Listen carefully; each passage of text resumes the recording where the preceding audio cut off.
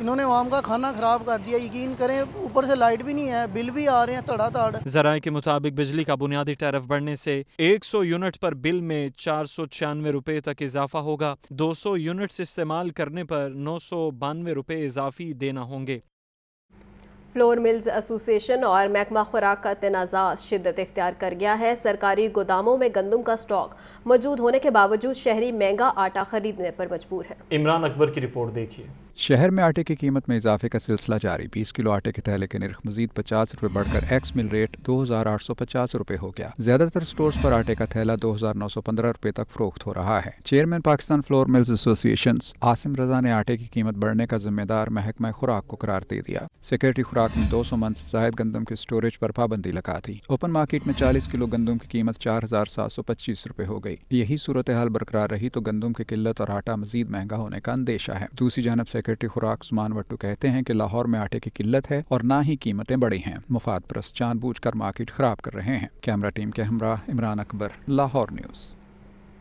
چینی مہنگی سے مہنگی تر ہونے لگی ہے. اوپن مارکیٹ میں چینی 140 روپے سے 150 روپے فی کلو تک بکنے لگی.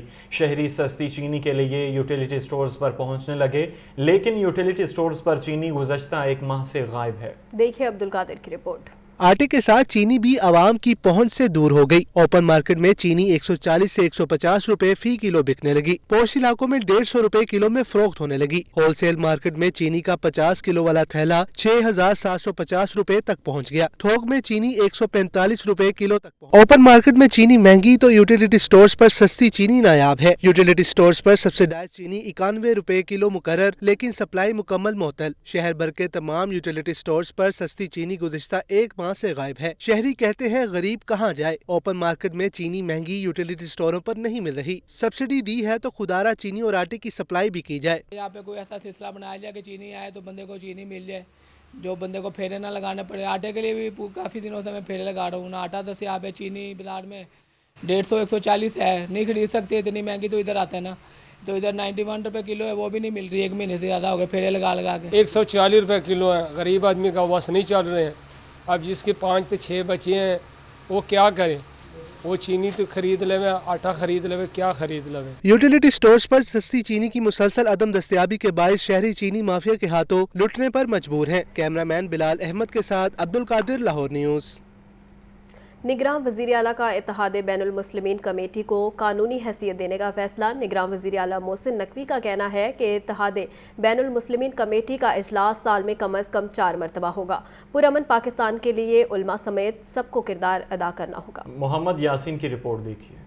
نگران وزیر اعلیٰ محسن نقوی کی زیر صدارت اتحاد بین المسلمین کمیٹی پنجاب کا اجلاس تمام مکاتب فکر کے 70 سے زائد جید علماء کرام، مشائخ عظام اور نامور علمی اور دینی شخصیات نے شرکت کی. اتحاد بین المسلمین کمیٹی نے محرم الحرام میں امن و امان برقرار رکھنے کے لیے حکومت سے ہر ممکن تعاون کا اعلان کیا. وزیر اعلیٰ محسن نقوی کا اتحاد بین المسلمین کمیٹی کو قانونی حیثیت دینے کا فیصلہ. محسن نقوی نے کہا کہ اتحاد بین المسلمین کمیٹی کا اجلاس سال میں کم از کم 4 مرتبہ ہوگا. اتحاد بین المسلمین کے فورم کو فعال اور مضبوط ہونے سے علماء کرام اور حکومت کے درمیان اشتراک کار بہتر ہوگا. نگران وزیر اعلیٰ کا کہنا تھا کہ علماء کی خدمات کی قدر کرتے ہیں، مذہبی جذبات کا احترام ضروری ہے. اجلاس میں سویڈن میں توہین قرآن اور بائبل کو جلائے جانے کی اجازت کے عدالتی فیصلے کی مذمت کی گئی. 9 مئی کے واقعات اور فوجی تنصیبات پر حملوں کی بھی شدید مذمت کی گئی. مولانا طاہر اشرفی نے کہا کہ قیام امن کے لیے سب کو اپنا مؤثر کردار ادا کرنا ہے. اجلاس میں علماء کرام، مشائخ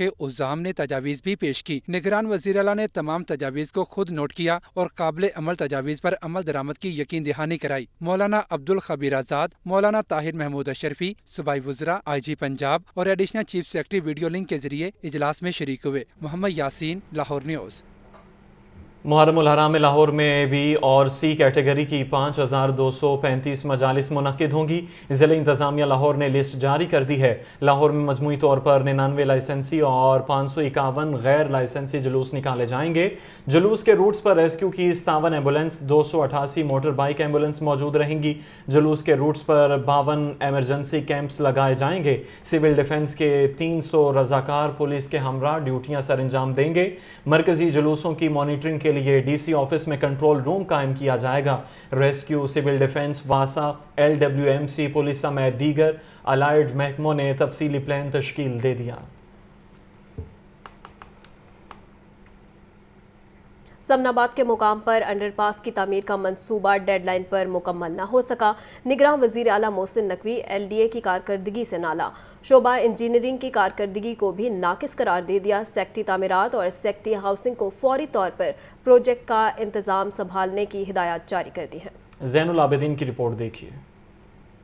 سمناباد کے مقام پر انڈر پاس کی تعمیر کا منصوبہ LDA انڈر پاس کی تعمیر کے لیے دی گئی ڈیڈ لائن پر کام مکمل نہ کر سکا. سمناباد انڈر پاس کی تکمیل کی تمام ڈیڈ لائنز گزر گئیں. LDA کے مطابق سمناباد انڈر پاس کا تعمیراتی کام ابھی 90% مکمل ہوا. سمناباد انڈر پاس پروجیکٹ میں تاخیر پر وزیر اعلیٰ محسن نقوی کا شدید اظہار برہمی. سمناباد پروجیکٹ کی PC1 کے مطابق مکمل کرنے کی ڈیڈ لائن جون 2023 تھی. نگران وزیر اعلیٰ پنجاب نے 15 اپریل تک منصوبہ مکمل کرنے کا حکم دیا. LDA کا شعبہ انجینئرنگ 15 اپریل تک منصوبے کو مکمل نہ کر سکا. نگران وزیر اعلیٰ پنجاب نے 30 مئی تک منصوبے کی تکمیل کی دوسری ڈیڈ لائن دی. سمناباد انڈر پاس 30 مئی کو بھی ٹریفک کے لیے نہ کھولا جا سکا. PC1 کے مطابق تیسری ڈیڈ لائن جون کی تھی لیکن وہ بھی گزر گئی. محسن نقوی نے پروجیکٹ کو سیکرٹری تعمیرات اور سیکرٹری ہاؤسنگ پر مشتمل 2 رکنی کمیٹی کے سپرد کر دیا. انڈر پاس کی تعمیر کے دوران سیوریج اور واٹر سپلائی کی شفٹنگ بھی تاخیر کی وجہ بنی.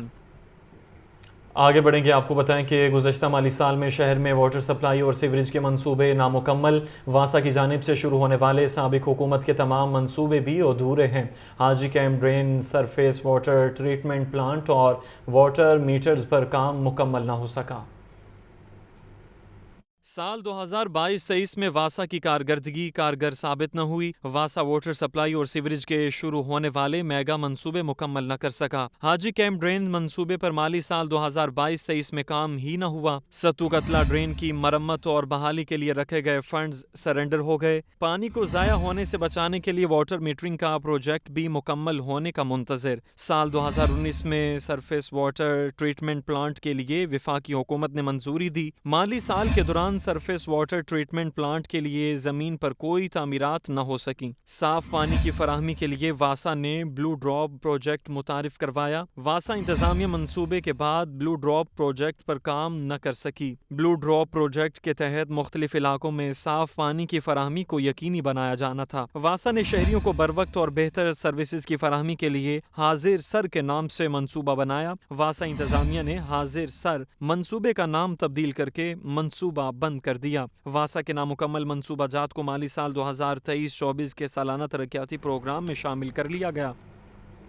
حالیہ بارشوں نے مال روڈ کی تاریخی عمارتوں کا حلیہ بگاڑ دیا ہے. عمارتوں کی چھتوں اور دائیں بائیں دیواروں پر بڑے بڑے پودوں نے جگہ بنا لی ہے. خستہ حالی کی وجہ سے چھتیں اور دیواریں کبھی بھی گرنے کا امکان ہے. مزید احوال عمران اکبر کی رپورٹ میں. شاہراہ قائد اعظم پر واقع 53 تاریخی عمارتوں کو لشپش نہ کیا جا سکا. تزئین و آرائش کاغذوں کی حد تک محدود ہو گئی. دلکش لاہور منصوبے کے تحت ورلڈ بینک کی 50 کروڑ روپے کی گرانٹ تاحال جاری نہ ہوئی. تاریخی عمارتوں کی بحالی کا منصوبہ شرمندہ تعبیر نہ ہو سکا. تاریخی عمارت غلام رسول بلڈنگ کے 10 گنبد بحالی کے منتظر. 100 سالہ بلڈنگ کی چھت اور دیواروں پر مانسون میں اگنے والے پودوں نے جگہیں بنا لی. عمارت کی چھت اور دیواریں گرنے کا امکان پیدا ہو گیا. مال روڈ پر واقع 6 تاریخی عمارتوں کے برآمدوں پر قبضہ گروپ براجمان ہیں. عمارتوں کی شناخت کروانے والے سرکاری سائن بورڈ بھی نہ لگ سکے. پابندی کے باوجود تاریخی عمارتوں پر تشہیری بورڈز اور بینرز آویزاں ہیں. ٹولنٹر مارکیٹ کی چھت کی ٹائلز اکھڑ گئیں. DPA ڈلہوجی کمرشل بلڈنگ کے نکاسی ایپ کے پائپ لیک ہو گئے. عبدالرحمان کمرشل بلڈنگ ٹوٹ پھوٹ کا شکار. DC Ram Kishan commercial building Allahabad bank لشپش نہ ہو سکی. National bank of India NBP general post office بھی دلکشی سے محروم. رائے بہادر گنگا رام بلڈنگ پر رنگ روغن نہ ہو سکا. دیال سنگھ مینشن بھگت بلڈنگ بھی ٹوٹ پھوٹ کا شکار. Ram building, Bombay motor and cycle works, Kirpa Ram building, Sheikh Mumtaz building بھی تزئین و آرائش کے منتظر ہیں. چیف کوآپریشن آفیسر میاں ثاقب کا کہنا ہے کہ والٹ سٹی اتھارٹی تاریخی ورثے کی بحالی کے لیے پیش قدمی کرے، ہم سپورٹ کریں گے.